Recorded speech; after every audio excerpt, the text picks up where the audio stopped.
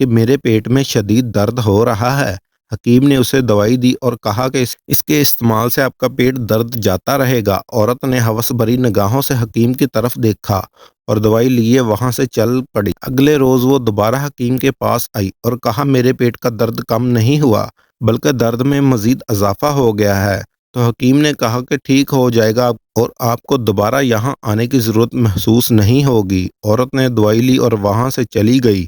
اگلی صبح وہ دوبارہ دواخانے پہنچی تو حکیم نے طنز بھرے لہجے میں کہا مجھے لگتا ہے کہ درد آپ کے پیٹ میں نہیں کہیں اور ہے۔ مجھے بتائیے آپ کے ساتھ کیا مسئلہ ہے؟ بار بار یہاں کیوں آ رہی ہو؟ معاشرے میں میری عزت ہے، آپ کے بار بار آنے سے میں بدنام ہو جاؤں گا، لہٰذا اپنا اصل مسئلہ بتاؤ، کیا چاہتی ہو؟ عورت نے کہا میری شادی کو 5 سال ہو گئے ہیں، میرا شوہر ایک مالدار تاجر ہے، مال اور دولت کی ریل پیل ہے۔ شادی کی پہلی رات ہی مجھے معلوم ہو گیا تھا کہ میرے شوہر کو مردانہ کمزوری ہے۔ ہم بستری میں وہ کبھی بھی مجھے مطمئن نہیں کر پایا۔ میرے شوہر کے خاندان کا اصرار ہے کہ انہیں وارث چاہیے۔ مجھے خدشہ ہے کہ اگر میں انہیں وارث نہ دے پائی تو مجھے گھر سے نکال دیا جائے گا اور میرے شوہر کی وفات کے بعد اس کا خاندان اس کی بے تحاشا جائیداد کا وارث بن جائے گا۔ حکیم نے کہا اپنے شوہر کو میرے پاس بھیجنا، کوشش کروں گا کہ اس کا علاج کر سکوں۔ عورت نے اپنے شوہر کو حکیم کے پاس بھیجا۔ حکیم نے اس کا معائنہ کیا تو اس بات کی تصدیق ہوگی کہ وہ کبھی باپ نہیں بن سکے گا۔ اگلے روز جب عورت حکیم کے پاس آئی تو حکیم نے کہا میں نے تمہارے شوہر کا معائنہ کیا ہے اور مجھے دکھ ہے کہ تمہارے شوہر کا علاج ناممکن ہے۔ یا تو آپ صبر کریں یا پھر آپ کو حق حاصل ہے کہ اس سے طلاق لے کر کسی اور مرد سے شادی کر لیں۔ عورت نے حکیم سے کہا اگر وہ باپ نہیں بن سکا تو کیا ہوا، میں تو ماں بن سکتی ہوں۔ پھر وہ چند قدم آگے آئی، اپنی چھاتی سے دوپٹے کے پلو کو سرکایا اور کہا میرے ساتھ ہم بستری کرو، اگر میں حاملہ ہو گئی تو اپنی جائیداد کا آدھا حصہ تمہیں دے دوں گی۔ حکیم توبہ استغفار کرنے لگا اور کہا کہ یہ گناہ کبیرہ ہے، میں ایسا ہرگز نہیں کر سکتا۔ عورت نے دھمکی آمیز لہجے میں کہا کہ سوچ سمجھ لیں، یہ راز میرے اور آپ کے درمیان ہی رہے گا اور اگر آپ نے انکار کیا تو میں تمہیں برباد کر دوں گی۔ اس کے بعد عورت وہاں سے نکلی اور اپنے گھر چلی گئی۔ ادھر حکیم کافی پریشان تھا کہ کیا کرنا چاہیے۔ ایک طرف شیطان اسے بہکا رہا تھا کہ مفت میں اتنی بڑی جائیداد اور مال اور دولت مل رہی ہے، تمہیں اس سے فائدہ اٹھانا چاہیے، اور دوسری طرف ضمیر اسے جھنجھوڑ رہا تھا کہ یہ گناہ کبیرہ ہے اور دین اسلام میں ایسا کرنا سختی سے منع ہے۔ خیر اسی شوش و پنج میں اس کی آنکھ لگ گئی۔ اگلے روز عورت نے خوب بناؤ سنگار کیا اور قیمتی لباس پہن کر حکیم کے دواخانے میں جا پہنچی۔ پھر اس نے دروازے کی کنڈی لگائی اور کپڑے اتار کر اس کے سامنے ننگی لیٹ گئی۔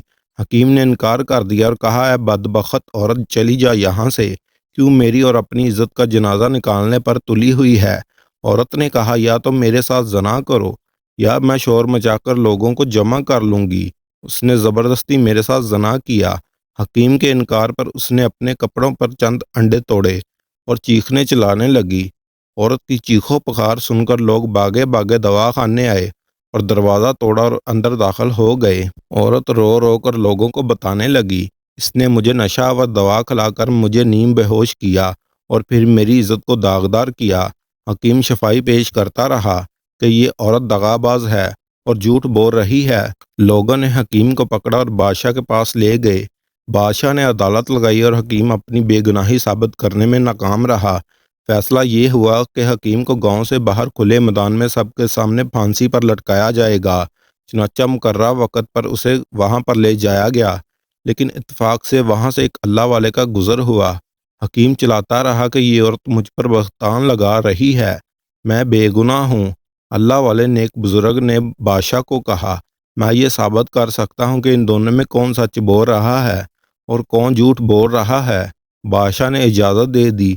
ولی اللہ نے حکیم کو قریبی نہر میں نہانے کا کہا اور اپنے گھوڑے کو نہر میں اسی جگہ پانی پلانے لگا جہاں حکیم نہا رہا تھا۔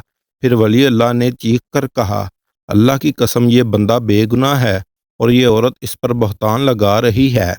میرا گھوڑا کبھی بھی ناپاک پانی نہیں پیتا۔ اگر حکیم نے زنا کیا ہوتا تو اس سمت سے آنے والے پانی کو گھوڑا کبھی نہ پیتا۔ اس کے بعد اللہ والے نے عورت کے کپڑوں کو گرم پانی میں ابالا تو انڈے کی سفیدی ظاہر ہو گئی۔ اور اس کی بدنیتی پکڑی گئی۔ اس کے بعد بادشاہ نے حکیم کو باعزت بری کر دیا اور عورت کو شہر سے باہر نکال دیا تاکہ وہ دوبارہ کسی پر بہتان نہ لگا سکے۔